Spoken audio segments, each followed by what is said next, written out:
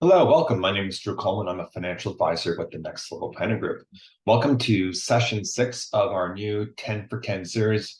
The idea of this 10 for 10 series is we're going to cover 10 topics and spend roughly 10 minutes on each topic, just doing a deep dive into each one of those topics.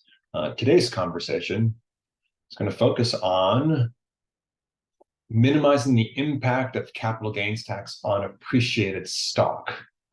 And in fact, this is a conversation that would probably take more than 10 minutes. And so we're going to give it its due. And we're going to break this up into 2 parts. And so today is part 1 of this conversation. Session 7 will cover part 2 of this conversation. Before we get into it, I've got some disclosures to share with you. And you can read them as you like. And well, let's get right into it. What are the strategies to reduce the impact of capital gains tax? And well, there are 6 of them that I want to cover. The first one is, well, gift the stock to someone in the 0% capital gains tax bracket. Number 2, keep the stock and never sell. Number 3, employ tax loss harvesting strategies. Number 4, use the stock to pay school tuition or church or temple dues. Number 5, donate the stock. And number 6, fund a donor advised fund. And today we're just going to focus on the first 3 strategies. The next 3 strategies, that'll be in the next conversation in session number 7. And as a point of clarification, when we talk about reducing the impact of capital gains tax on stock, well, I'm using the stock to cover a variety of investment vehicles. It could be mutual funds, it could be exchange traded funds. It's really just the term I'm using to cover all those types of investments. And as another point of clarification here, we're talking about investments that are not in retirement accounts. They're in individual accounts or trust accounts or brokerage accounts or joint accounts in which capital gains is a true issue inside of those accounts. Now, let's take a look at the types of taxes one would face as it comes to capital gains taxes. And they're divided in a 2-part basis. The first basis is just short-term capital rates. And short-term capital gains rates apply to investments in which they've been purchased and then sold, and that time between the purchase date and the sale date is less than 1 year. And when that happens, individuals are in the short-term capital gains rates brackets, and these brackets line up perfectly with ordinary income tax brackets. And so if you're in the 24% tax bracket and you sell an investment that you've had for less than 1 year and it's gained in value, well, then you're going to pay 24% tax on the growth of that investment. If you hold an investment for longer than a year, well, now you've shifted into long-term capital gains tax rates. And these are preferential rates. The top rate is 20%. There is a 0% rate if your income's low enough.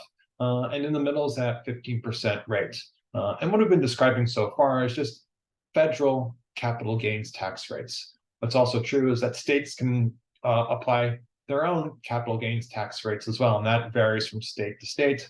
I live in Illinois, and Illinois charges a flat 4.95% tax as an income tax and as a capital gains tax.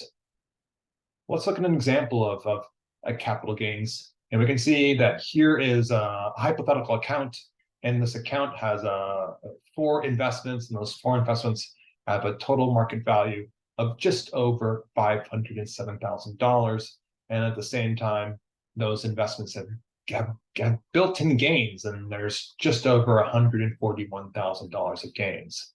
And if this account was fully liquidated and converted into cash, that $141,247,000 of gains would result in a tax of just over $28,000, assuming the individual who has this account is in the 15% capital gains tax bracket and also has to pay 4.95% to the state of Illinois.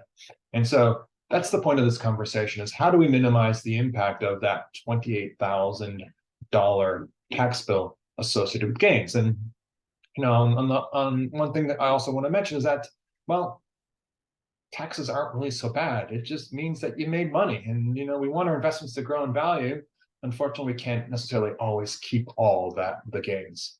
And so our first strategy that I want to cover here is the strategy of gifting appreciated stock to someone in the 0% capital gains tax bracket. If you remember from the slide from a few slides back, there is a 0% capital gains tax bracket for individual filers if their income is not greater than $44,625.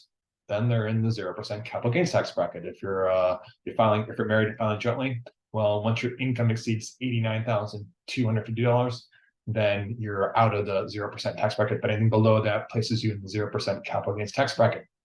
So if you're an individual and you've got appreciated stock in your portfolio, and you're also thinking of financially helping out an adult child, an adult grandchild, another family member, and I'm using the term adult because I'm saying this so that these are individuals that are filing their own tax return.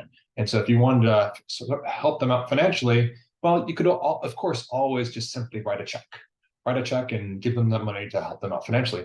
Or instead, you could give them appreciated stock. And so if you wanted to help them to the tune of $10,000 and you had an investment that you had purchased for $5,000 and had $5,000 of gains, well, if you sold that investment and you're in the 15% capital gains tax bracket, well, you have to pay taxes on all the gains.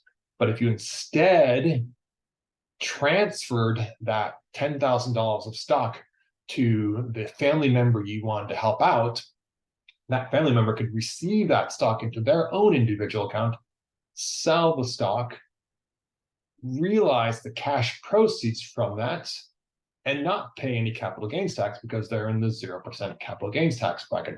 And so here's a strategy of which you've been able to eliminate the capital gains tax associated with that particular holding. There is one caveat with this strategy is that, well, capital gains tax, I'll say differently, capital gains are includable in the net in the taxable income calculation.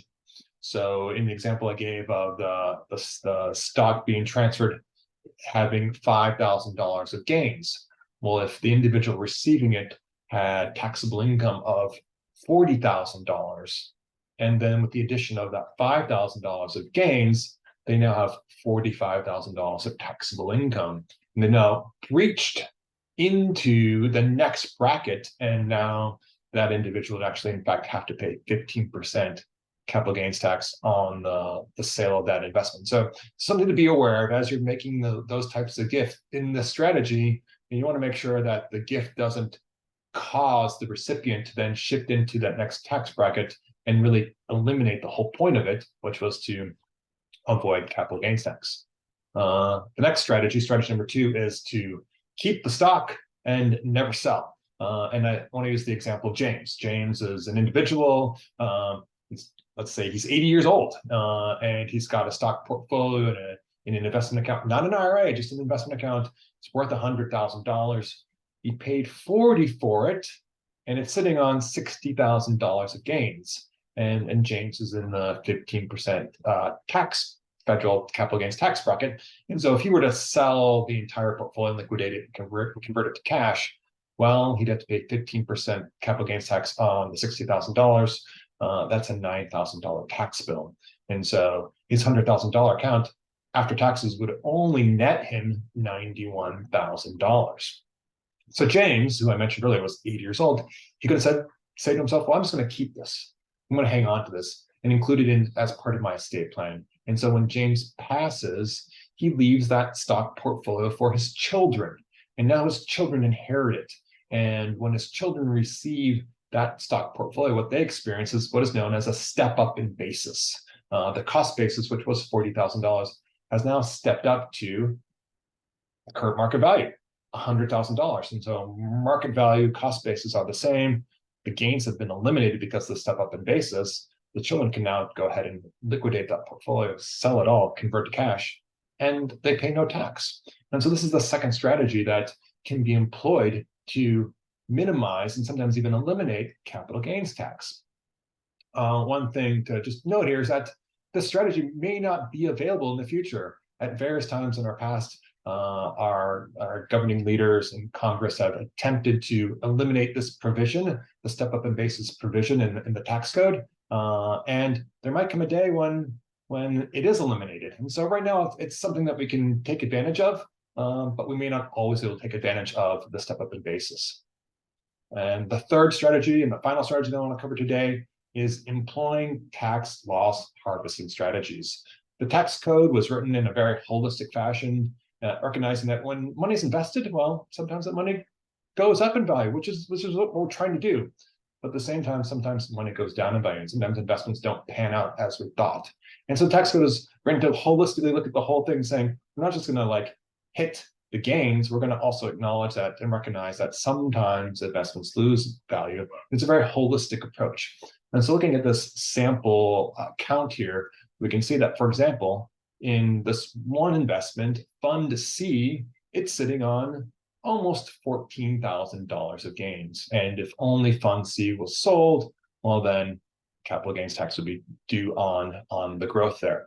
But because of the way the tax code is written, tax losses can be harvested to minimize and mute the effect of gains in certain holdings. And so this account has 3 losses. And so when we consolidate all the gains and all the losses and look at it holistically, what we see is, well, there's only $5,000 of gains. And so this account could be instead just all the investments sold using the losses to offset the gains. And so then only paying capital gains tax on the $5,000 as opposed to the $14,000. Then, the owner of this account could turn around and reinvest the money and repurchase those investments. One rule to be aware of is that any investment that is sold at a loss, you have to wait 30 days to repurchase that investment. And it's called the wash sale rule. It doesn't apply for investments that you sell that have gained, only investments that you've sold that have lost. You have to wait 30 days. You can buy different investments, you can buy comparable ones, you just can't buy the same one for 30 days. And that's it today. I hope you found this informative. I hope you've learned a lot. Stay tuned for session 7 as we continue the conversation and talk more about more strategies to reduce the impact of capital gains tax.